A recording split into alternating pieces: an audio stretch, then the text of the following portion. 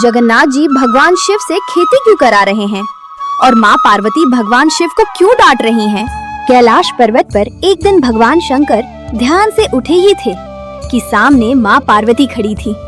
कमर पर हाथ, चेहरे पर वही भाव जिसे देखकर समझ आ जाए कि आज सवाल जरूर होंगे। पार्वती बोली, स्वामी, आप तो बड़े आराम से बैठे रहते हो। सुबह से शाम तक बस ध्यान ध्यान और ध्यान। इधर घर में चूल्हा जलाना, पानी भरना, बच्चों को देखना, सब मैं ही कर रही हूँ। आप कभी ये भी सोचते हो कि घर कैसे चलेगा? भगवान शंकर मुस्कुरा दिए, बोले, अरे देवी, भांग और भस्म में भी गुजारा हो जाता है। पार्वती तुरंत बोली, मुझे भांग नहीं, अनाज चाहिए। बच्चों को भस्म नहीं, रोटी चाहिए। भोलेनाथ थोड़ा सकपका गए, बोले, तो बताओ क्या करूं? पार्वती बोली, कुछ भी करो, लेकिन इस बार खाली हाथ मत आना। खेती कर लो, कुछ काम कर लो। भगवान शंकर ने तुरंत हामी भर दी। तभी नंदी पास आया और बोला, प्रभु, पूरी वाले जगन्नाथ बड़े चतुर हैं। शंकर जी हंस पड़े, बोले, जो होगा देखा जाएगा। और फिर नंदी के साथ निकल पड़े सीधे जगन्नाथ की नगरी की ओर। वृंदावन पहुंचते ही भगवान शंकर ने डमरू बजाया। डमरू की आवाज गली गली घूम गई। उधर जगन्नाथ घर में बैठे माखन खा रहे थे। आवाज सुनी तो बोले, लगता है आज कोई खास मेहमान आया है। दरवाजा खोला तो सामने भोलेनाथ खड़े थे। जगन्नाथ तुरंत हाथ जोड़कर बोले, अरे भोलेनाथ, आप खुद आए, मुझे बुला लेते, मैं ही चला आता। शंकर जी बोले, अरे छोड़ो ये सब, एक काम से आया हूँ। जगन्नाथ मुस्कुरा दिए, काम? बताइए, आज क्या लीला है? शंकर जी बोले, पार्वती ने कहा है कुछ कमा कर लाओ, तो सोचा तुम्हारे खेत में खेती कर लूं। जगन्नाथ आंखें मटकाकर बोले, अरे वाह, हमारे खेत में भगवान खेती करेंगे, इससे अच्छा क्या होगा? फिर हंसते हुए बोले, बस एक शर्त है। शंकर जी बोले, जो कहना है कहो। जगन्नाथ बोले, खेती में जो भी आप कहोगे मैं वही बोलूंगा, लेकिन ऊपर की फसल मेरी। भोलेनाथ बोले, ठीक है, मंजूर। जगन्नाथ मन ही मन हंसे और बोले, तो फिर आलू बोइए। भोलेनाथ खुश होकर नंदी के साथ खेत में लग गए, जैसे बरसों से यही काम करते आए हों। भोलेनाथ ने नंदी को आगे लगाया और खुद हल पकड़ लिया। खेत में उतरते ही बोले, अरे नंदी, लगता है ये काम ध्यान से ज्यादा मेहनत वाला है। नंदी मन ही मन मुस्कुराया।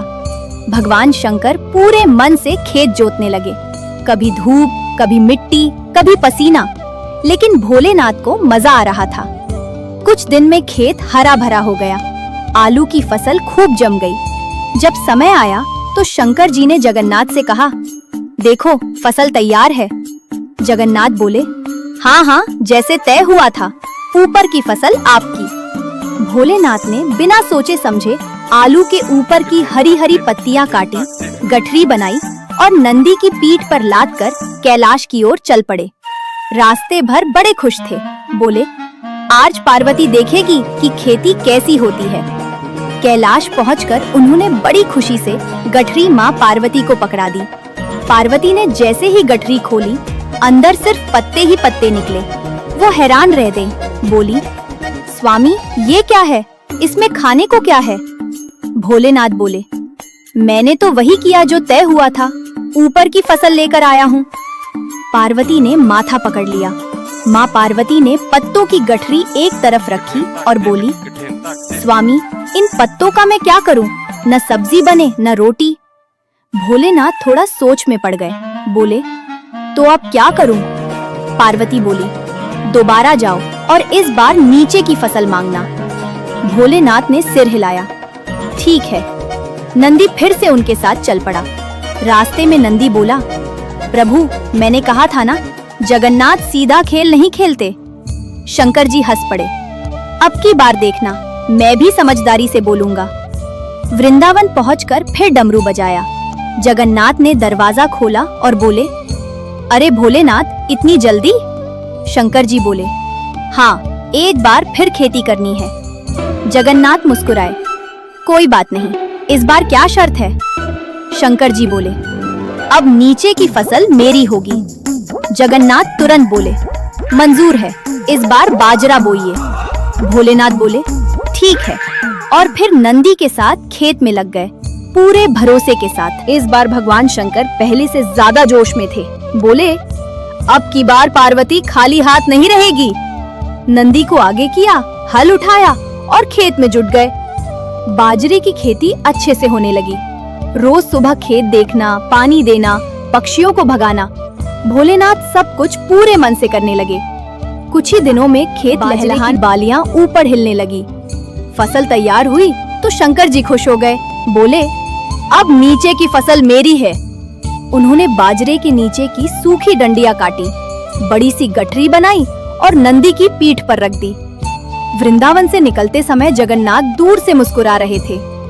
कैलाश पहुंचकर भोलेनाथ ने गर्व से गठरी माँ पार्वती को दे दी। पार्वती ने जैसे ही खोली, सूखी डंडियां देखकर आंखें बड़ी कर ली। बोली स्वामी ये क्या उठा लाए, इसमें खाने को क्या है? भोलेनाथ बोले नीचे की फसल तो यही होती है। पार्वती ने गहरी सांस ली और बोली स्वामी अब एक बार और जाओ और इस बार साफ साफ बोलना। माँ पार्वती ने इस बार साफ साफ समझाया, स्वामी अब कोई ऊपर नीचे नहीं, दोनों हिस्से मांगना। भगवान शंकर ने सिर हिलाया, बोले अब की बार गलती नहीं होगी। नंदी मन ही मन बोला कि अब तो बात संभल जाएगी। दोनों फिर से वृंदावन की तरफ चल पड़े। वहाँ पहुँचते ही जगन्नाथ पहले से ही मुस्कुराते हुए दरवाजे पर खड़े थे। बोले लगता है खेती का काम पसंद आ गया है। शंकर जी बोले हाँ, इस बार आखिरी बार। जगन्नाथ ने पूछा तो बताइए क्या चाहिए? भोलेनाथ बोले ऊपर भी मेरा, नीचे भी मेरा। जगन्नाथ हंस पड़े, कोई दिक्कत नहीं, इस बार मक्का बोइए। ये सुनकर भोलेनाथ खुश हो गए। बोले अब तो पूरा मिलेगा, और फिर पूरे मन से खेती में लग गए, ये सोचकर कि इस बार पार्वती जरूर खुश होंगी। मक्के की फसल पकते ही खेत सोने जैसा चमकने लगा। भगवान शंकर नंदी के साथ पहुँचे और बोले आज तो सब कुछ मेरा है। तभी सामने से जगन्नाथ आ गए, साथ में यशोदा मैया भी थी। जगन्नाथ हंसकर बोले जैसा तय हुआ था, बीच का हिस्सा हम रखेंगे। भोलेनाथ थोड़ा चौंके, लेकिन बात हो चुकी थी। यशोदा मैया और जगन्नाथ हंसते हंसते भुट्टे तोड़कर घर ले गए। इधर भगवान शंकर ने ऊपर की सूखी पत्तियां और नीचे की डंडियां इकट्ठा की, बड़ी सी गठरी बनाई और नंदी की पीठ पर रख दी। चलते समय बोले अब ऊपर भी है, नीचे भी है, अब की बार कोई कमी नहीं होगी। कैलाश पहुंचकर उन्होंने पूरे भरोसे के साथ गठरी माँ पार्वती को दे दी। पार्वती ने खोली तो पत्ते और डंडियां देखकर सिर पकड़ लिया। बोली स्वामी भुट्टे कहाँ हैं? भोलेनाथ बोले बीच का हिस्सा तो जगन्नाथ ले गए। माँ पार्वती पहले तो कुछ पल चुप रहीं, फिर हंसते हुए बोली स्वामी आप सच में बहुत भोले हो। भगवान शंकर ने मासूम सा चेहरा बनाया और बोले मैंने तो वही किया जो कहा गया था। तभी वही जगन्नाथ प्रकट हुए, चेहरे पर वही शरारती मुस्कान। बोले माँ पार्वती इसमें भोलेनाथ की कोई गलती नहीं है, इन्हें यूं ही भोला नहीं कहते। पार्वती ने पूछा तो फिर ये खेती किस काम की? जगन्नाथ बोले इनकी खेती अनाज की नहीं, भाव की है। जो इनके मन से निकला वही सबसे बड़ी कमाई है। ये सुनकर पार्वती का मन नरम पड़ गया। उन्होंने वही गठरी फिर से देखी और मुस्कुराकर बोली स्वामी आपकी मेहनत ही मेरे लिए बहुत है। नंदी खुशी से हिलने लगा और जगन्नाथ मंद मंद मुस्कुरा दिए।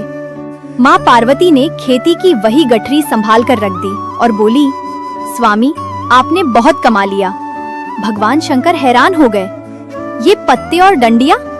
पार्वती मुस्कुराई, हाँ, मेहनत और सच्चे मन से लाई चीज कभी बेकार नहीं होती। तभी जगन्नाथ हंसते हुए बोले देखा भोलेनाथ आप जीत गए। भगवान शंकर ने सिर खुजाया और बोले मुझे तो अब भी समझ नहीं आ रहा कि ये सब कैसे हुआ। जगन्नाथ बोले आपको फसल नहीं अनुभव मिला है। नंदी खुशी खुशी घूमने लगा। कैलाश पर माहौल शांत और हल्का हो गया, जैसे सब कुछ अपनी जगह आ गया हो। कैलाश पर उस दिन माहौल बड़ा हल्का था। माँ पार्वती रसोई में काम कर रही थी और भगवान शंकर पास ही बैठे सब देख रहे थे। बोले, आज समझ आया कि काम छोटा बड़ा नहीं होता। पार्वती मुस्कुराई, और ये भी समझ आया कि आप सच में बहुत भोले हो। नंदी बीच में आकर जैसे बोला, प्रभु, खेती से तो आप नहीं, पर दिल जीतने में आप नंबर 1 हो। भगवान शंकर हंस पड़े। उन्हें खेत की मेहनत और वहाँ सीखी बातें याद आ गईं। पार्वती बोली, स्वामी, आपने जो कोशिश की वही हमारे लिए काफी है। भगवान शंकर ने मन ही मन ठान लिया कि आगे से किसी काम से पीछे नहीं हटेंगे, चाहे वो बाहर का हो या घर का। उस दिन के बाद कैलाश पर्वत पर सब कुछ पहले जैसा नहीं रहा। माँ पार्वती के चेहरे पर अब चिंता कम और सुकून ज्यादा था। उन्हें ये समझ आ गया था कि उनके स्वामी काम से भले अनजान हों, लेकिन मन से कभी पीछे नहीं हटते। भगवान शंकर भी बहुत कुछ सीख चुके थे। अब वो सिर्फ ध्यान में नहीं रहते, कभी पार्वती के पास बैठ जाते, कभी घर के छोटे छोटे कामों में हाथ बटा देते। नंदी ये सब देखकर बहुत खुश रहता। उसे लगता कि उसके प्रभु ने खेती के बहाने जीवन की असली समझ पाली है। कभी कभी भगवान शंकर मुस्कुराकर कहते, जगन्नाथ ने आज बड़ा गहरा सबक दे दिया। कैलाश का वातावरण हल्का, शांत और अपनापन से भरा हुआ हो गया, जैसे परिवार फिर से एक साथ आ गया हो।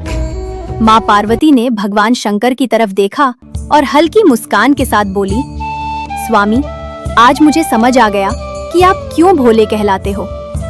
भगवान शंकर हंस पड़े और बोले, और मुझे ये समझ आ गया कि साथ निभाना सिर्फ ध्यान लगाने से नहीं, जिम्मेदारी समझने से होता है। नंदी पास खड़ा सब सुन रहा था। वो खुशी में अपनी पूंछ हिला रहा था, जैसे कह रहा हो, आज सब ठीक हो गया। दूर पुरी में जगन्नाथ मंद मंद मुस्कुरा रहे थे। उनकी लीला पूरी हो चुकी थी। उस खेती से घर में अनाज नहीं आया, लेकिन घर में अपनापन आ गया।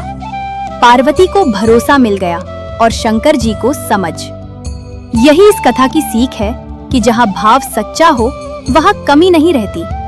भगवान शंकर का भोला मन और पार्वती का धैर्य मिलकर ये बता गया कि परिवार चलाने के लिए धन से पहले प्रेम और समझ चाहिए। आप लोग हमारे चैनल को सब्सक्राइब नहीं करते हो, जल्दी जाकर सब्सक्राइब करो, वीडियो को लाइक करो और कमेंट भी करा करो।